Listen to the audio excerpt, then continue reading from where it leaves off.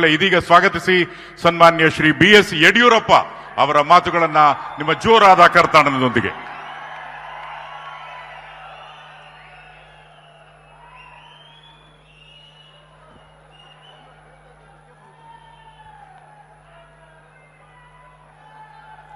ಭಾರತ್ ಮಾತಾ ಕಿ. ಮಾನ್ಯ ಪ್ರಧಾನಿ ನರೇಂದ್ರ ಮೋದಿಜಿ ಅವರಿಗೆ, ಅಮಿತ್ ಶಾ ಜಿ ಅವರಿಗೆ ಭಾರತ್ ಮಾತಾ ಕಿ. ವೇದಿಕೆ ಮೇಲಿರುವಂತಹ ಸಮಸ್ತ ಪೂಜ್ಯ ಮಠಾಧೀಶರ ಮತ್ತು ಜಗದ್ಗುರುಗಳಿಗೆ ನನ್ನ ಭಕ್ತಿಪೂರ್ವಕ ಸಾಷ್ಟಾಂಗ ನಮಸ್ಕಾರವನ್ನು ಅರ್ಪಿಸುತ್ತಾ, Honorable Home Minister Shri Amit Shah ji and I beloved people of Karnataka, this day is not a celebration of an individual.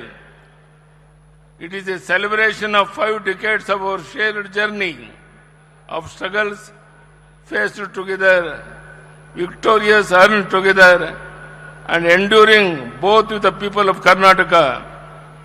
From the streets of Shikaripura to the steps of Vidhan Saudha, my journey has been shaped by the tireless efforts of our Karyakartas and the blessings of our farmers. I stand here today with a heart full of gratitude. ಇದು ನನ್ನ ಜೀವನದ ಪರ್ವ ದಿನ, ನಿಮ್ಮ ಅಭಿಮಾನದಲ್ಲಿ ನನ್ನನ್ನು ತೇಲಿಸಿದ ದಿನ. ನನ್ನ ಪ್ರೀತಿಯ ಕರುನಾಡ ಜನತೆಗೆ ನನ್ನ ಪ್ರೀತಿಯ ಕೃತಜ್ಞತೆಯ ನಮಸ್ಕಾರ. ಇದು ನನ್ನ ಕೃತಜ್ಞತೆ ಹೇಳುವ ಕಾಲ. ಬಂಧುಗಳೇ, ಇಂದು ನಾನು ರಾಜಕಾರಣಿಯಾಗಿ ನಿಂತಿಲ್ಲ. ಇಂದು ನಾನು ನಿಮ್ಮೆಲ್ಲರ ಬಂಧುವಾಗಿ, ನಿಮ್ಮೆಲ್ಲರ ಹೆತ್ತು ಬೆಳೆಸಿದ ಮಗನಾಗಿ ನಿಮ್ಮೆದುರು ನಿಂತಿದ್ದೇನೆ. ಮದಕರ ನಾಯಕ ಆಳಿದ ನಾಡು, ವೀರವನಿತೆ ಓನಕ್ಕ ಓಬವ್ವ ಜನ್ಮ ತಾಳಿದ ಭೂಮಿ, ಶರಣಶ್ರೇಷ್ಠರು ನಡೆದಾಡಿದ ತಪೋವನ, ಐತಿಹಾಸಿಕ ಚಿತ್ರದುರ್ಗ ಇಂದು ಕನ್ನಡ ನಾಡಿನ ಮೂಲೆ ಮೂಲೆಯಿಂದ ಹರಿದು ಬಂದಿರುವ ನಿಮ್ಮ ಅಭಿಮಾನದ ಜನಸಾಗರದ ಮುಂದೆ ನಿಂತಿರುವ ನನಗೆ ಅಕ್ಷರಶಃ ಇಂದು ಮಾತು ಹೊರಬರುತ್ತಾ ಇಲ್ಲ. 50 ವರ್ಷಗಳು ನಿಮ್ಮೊಂದಿಗೆ ಕಳೆದ ಸಂದರ್ಭವನ್ನ ಈ ರೀತಿ ಅಭಿಮಾನದ ಹೊಳೆಯಲ್ಲಿ ನನ್ನನ್ನು ತೋರಿಸಿ ಸಡಗರ ಪಡುತ್ತಿರುವುದಕ್ಕೆ ನಾನು ಜನ್ಮ ಜನ್ಮಾಂತರಕ್ಕೂ ನಿಮಗೆ ಋಣಿಯಾಗಿದ್ದೇನೆ. ಎಷ್ಟೇ ಕಾರ್ಯದ ಒತ್ತಡವಿದ್ದರೂ ಸಹ ಇಂದಿನ ಕಾರ್ಯಕ್ರಮದಲ್ಲಿ ಭಾಗವಹಿಸಲು ಆಗಮಿಸಿರುವ ಸರ್ದಾರ್ ವಲ್ಲಭಭಾಯಿ ಪಟೇಲ್ ನಂತರ ದೇಶ ಕಂಡ ದಿಟ್ಟತೆಯ ಗೃಹ ಮಂತ್ರಿ ಅಮಿತ್ ಶಾ ಅವರು ಇಲ್ಲಿ ಬಂದು ಕುಳಿತಿರುವ ನಮ್ಮೊಂದಿಗಿರುವ ಈ ಕ್ಷಣ, ದುರ್ಗದ ನೆಲದಲ್ಲಿ ಅವರೊಬ್ಬ ವೀರ ಮದಕರಿ ನಾಯಕನಂತೆ ಕಂಗೊಳಿಸುತ್ತಿದ್ದಾರೆ.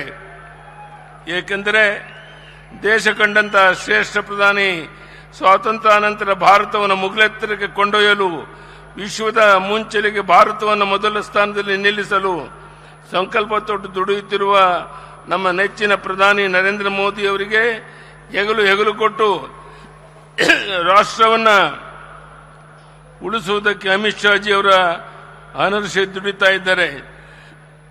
ಇಂದು ಪಶ್ಚಿಮ ಬಂಗಾಳದಂಥ ಬೃಹತ್ ರಾಜ್ಯ ನುಸುಳುಕೋರರ ಹಾವಳಿಯಿಂದ ಭಾರತಕ್ಕೆ ಸವಾಲಾಗಿ ಪರಿಣಮಿಸಿತ್ತು. ಕಳೆದ 3-4 ದಶಕಗಳಿಂದ ಅಲ್ಲಿ ಮುಕ್ತ ಮತ್ತು ನ್ಯಾಯ ಸಮ್ಮತ ಚುನಾವಣೆ ನಡೆದಿರಲಿಲ್ಲ. ಅಂತಹ ಪಶ್ಚಿಮ ಬಂಗಾಳದಲ್ಲಿ ಹಿಂದೆಂದೂ ಕಾಣದಂಥ ಚುನಾವಣೆಯನ್ನು ಯಶಸ್ವಿಯಾಗಿ ನಡೆಸಿರುವುದು ಕೇವಲ ಪ್ರಜಾಪ್ರಭುತ್ವ ಜಯವೇ ಅಲ್ಲ, ಭಾರತದ ವಿಜಯ ಎಂದು ಜಗತ್ತಿಗೆ ಸಾರಿದ ಪ್ರಧಾನಿ ನರೇಂದ್ರ ಮೋದಿಯವರು ಹಾಗೂ ಅಮಿತ್ ಶಾ ಜಿ ಅವರ ಜೋಡಿ ಶಕ್ತಿ ಶತಕೋಟಿ ಭಾರತೀಯರಲ್ಲಿ ರೋಮಾಂಚನ ತರಿಸಿದೆ. ಇಲ್ಲಿ ಕುಳಿತಿರುವ ಈ ಜನಸಾಗರದ ಪರವಾಗಿ ಪ್ರಧಾನಿ ನರೇಂದ್ರ ಮೋದಿ ಅವರಿಗೆ ಹಾಗೂ ಅಮಿತ್ ಶಾ ಜಿ ಅವರಿಗೆ ಕರ್ನಾಟಕದ ಜನತೆಯ ಪರವಾಗಿ ನಾನು ಹೃದಯ ತುಂಬಿ ಅಭಿನಂದನೆಯನ್ನು ಸಲ್ಲಿಸುತ್ತಿದ್ದೇನೆ. ಇಂದು ಅಭಿಮಾನೋತ್ಸವದಲ್ಲಿ ಭಾಗವಹಿಸಲು ಆಗಮಿಸುತ್ತಿರುವ ಅಮಿತ್ ಶಾ ಅವರು ಕೇವಲ ನನ್ನ ಅಭಿನಂದನೆಗಷ್ಟೇ ಬಂದಿಲ್ಲ. ಈ ದೇಶ ಸುಭದ್ರವಾಗಿದೆ. ದೇಶಕ್ಕೆ ಎದುರಾಗುವ ಯಾವುದೇ ಒಳಗಿನ ಅಥವಾ ಹೊರಗಿನ ಸವಾಲುಗಳನ್ನು ನಾವು ಅತ್ಯಂತ ಕಠಿಣ ಕ್ರಮಗಳಿಂದ ಸೆದೆಬಿಡುತ್ತೇವೆ ಎಂಬ ಸಂದೇಶವನ್ನು ನೀಡಲು ಬಂದಿದ್ದಾರೆ. ಪ್ರೀತಿಯಿಟ್ಟು ಬಂದಿರುವ ಅವರಿಗೆ ನಾನು ಕೃತಜ್ಞತೆ ಸಲ್ಲಿಸುತ್ತೇನೆ. ಇಂದಿನ ಅಭಿಮಾನೋತ್ಸವ ಕೇವಲ ಯಡಿಯೂರಪ್ಪನ ಅಭಿಮಾನೋತ್ಸವ ಅಷ್ಟೇ ಅಲ್ಲ, ಪ್ರಧಾನಿ ಮೋದಿ ಅವರು ಅಮಿತ್ ಶಾ ಅವರ ಪಂಚರಾಜ್ಯಗಳ ಚುನಾವಣೆಯಲ್ಲಿ ದಿಗ್ವಿಜಯ ಸಾಧಿಸಿದ ಸಂತೋಷದ ಸಂಭ್ರಮದ ಹೌದು ಎಂದಕ್ಕೆ ನಾನು ಅಭಿಮಾನ ಪಡುತ್ತಿದ್ದೇನೆ. ಇಂದಿನ ಕಾರ್ಯಕ್ರಮದಲ್ಲಿ ನಾಡಿನ ಮೂಲೆ ಮೂಲೆಗಳಿಂದ ಬಸವಾದಿ ಶರಣರ ಸಾಧು ಸಂತರು, ಮಠಾಧೀಶರು, ಅರಚರ ಕುರುಮೂರ್ತಿಗಳನ್ನು ಆಶೀರ್ವದಿಸಿ ನಮ್ಮ ಪ್ರೀತಿ ವ್ಯಕ್ತಪಡಿಸಿ ಬಂದಿದ್ದೀರಿ. ಅವರೆಲ್ಲರಿಗೂ ನಾನು ಹೃದಯ ತುಂಬಿ ಅವರ ಪಾದಾರ ಬಿಂದುಗಳಿಗೆ ಭಕ್ತಿಪೂರ್ವಕ ನಮಸ್ಕಾರ ಸಲ್ಲಿಸುತ್ತಿದ್ದೇನೆ. ಈ ಸಂದರ್ಭದಲ್ಲಿ ನಡೆದಾಡುವ ದೇವರಾಗಿದ್ದಂಥ ಸಿದ್ಧಗಂಗೆಯ ಶ್ರೀ ಡಾಕ್ಟರ್ ಶಿವಕುಮಾರ ಸ್ವಾಮೀಜಿಯವರು ನಾನು ಅತ್ಯಂತ ಭಕ್ತಿಯಿಂದ ಸ್ಮರಿಸಿಕೊಳ್ಳುತ್ತೇನೆ. ಹಾಗೂ ವೇದಿಕೆ ಮೇಲೆ ಕುಳಿತಿರುವ ಎಲ್ಲ ಹಿರಿಯರಿಗೆ, ಪ್ರಮುಖರಿಗೆ ನಾನು ಅತ್ಯಂತ ಪ್ರೀತಿಯಿಂದ ಕೃತಜ್ಞತೆ ಸಲ್ಲಿಸಲು ಬಯಸುತ್ತೇನೆ. ನಾನು ಸುದೀರ್ಘ ಭಾಷಣ ಮಾಡಲು ಹೋಗೋದಿಲ್ಲ. ಕಳೆದ 10-15 ದಿನಗಳಿಂದ ಈ ಅಭಿಮಾನೋತ್ಸವದ ಹೆಸರಿನಲ್ಲಿ ಅನೇಕ ನನ್ನ ಹಿತೈಷಿಗಳು, ಅಭಿಮಾನಿಗಳು, ನಮ್ಮ ಪಕ್ಷದ ಹಿರಿಯರು ಪತ್ರಿಕೆಗಳಲ್ಲಿ ಲೇಖನಗಳನ್ನು ಬರೆದು ನಾನು ನಡೆದು ಬಂದ ಹಾದಿಯನ್ನು, ನನ್ನ ಹೋರಾಟದ ದಿನಗಳನ್ನು, ನನ್ನ ಆಡಳಿತ ಅಭಿವೃದ್ಧಿ ಕಾರ್ಯಗಳನ್ನು ನಾಡಿಗೆ ತಿಳಿಸಿಕೊಂಡಿರುತ್ತೀರಿ. ತುರ್ತು ಪರಿಸ್ಥಿತಿಯ ಸೆರೆಮನೆಯಿಂದ ಹಿಡಿದು ಸಂಘಟನೆ, ಪ್ರವಾಸ, ಜನರ ನಡುವೆ ಜನರಿಗಾಗಿ ನಡೆಸಿಕೊಂಡು ಬಂದ ನಿರಂತರ ಹೋರಾಟಗಳ ಬದುಕೆ ನನಗೆ ಶಕ್ತಿ ನೀಡಿದೆ. ನಾನು ಇಷ್ಟೇ ಹೇಳಿ ಬಯಸಿದ್ದೇನೆ, ನಿಮ್ಮ ಯಡಿಯೂರಪ್ಪ ಚಿನ್ನದ ಚಮಚವನ್ನು ಇಟ್ಟುಕೊಂಡು ಸಾರ್ವಜನಿಕರ ಬಗ್ಗೆ ಬರಲಿಲ್ಲ. ಸಾಮಾನ್ಯರಲ್ಲಿ ಸಾಮಾನ್ಯನಾಗಿ ಅನಿರೀಕ್ಷಿತ ತಿರುವುಗಳಾಗಿ ನಾನು ಈ ನಾಡಿನ ಜನರ ಸೇವೆಗೆ ಸಮರ್ಪಣೆಗೊಂಡವನು. ಭೂಕೇರಿಯಲ್ಲಿ ಜನ್ಮ ತಾಳಿ ಶಿಕಾರಿಪನ್ನು ಕರ್ಮವಾಗಿಸಿಕೊಂಡು ಸಂಕಷ್ಟದ ರೈತರ ಸಮಸ್ಯೆಗಳು, ನೊಂದ ಬಡವರ ಜನತೆಗಾಗಿ, ನನ್ನ ತಾಯಂದಿರ ಸಹೋದರರ ಕಣ್ಣೀರು ಒರೆಸುವ ಯೋಜನೆಗಳನ್ನು ರೂಪಿಸುವುದಕ್ಕಾಗಿ ಅಕ್ಕ ಮಹಾದೇವ ಹುಟ್ಟಿದ ಶಿಕಾರಿಪುರದಿಂದ ಬಂದು ಲಿಂಗ ಸಮಾನತೆಯ ಎತ್ತಿ ಹಿಡಿಯಲು ಹೆಣ್ಣು ಶಿಶುಗಳನ್ನು ಭ್ರೂಣ ಹಂತದಲ್ಲೇ ರಕ್ಷಿಸಲು ಭಾಗ್ಯಲಕ್ಷ್ಮಿ ಯೋಜನೆಯನ್ನು ತಂದದ್ದು ನನಗೆ ಸಾರ್ಥಕ ಭಾವನೆ ಮೂಡಿಸಿದೆ.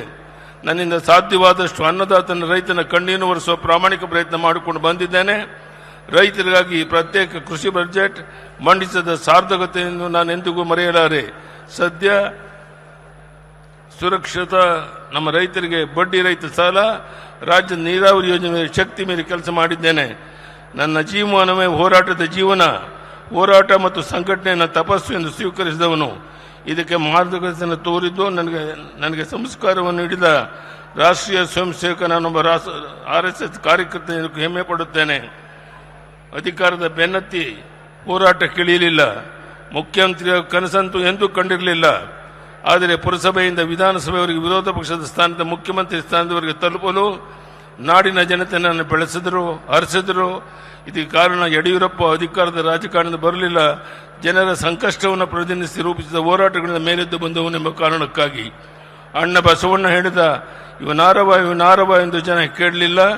ಯಡಿಯೂರಪ್ಪ ಇವ ನಮ್ಮವ ಎಂದು ಪ್ರೀತಿಯಿಂದ ಅಪ್ಪಿ ಆಶೀರ್ವದಿಸಿದ ಪರಿಣಾಮವಾಗಿ 50 ವರ್ಷಗಳ ನನ್ನ ಪಯಣ ಸಾರ್ಥಕವಾಗಿ ಪೂರ್ಣಗೊಳ್ಳಲು ಕಾರಣವಾಗಿದೆ.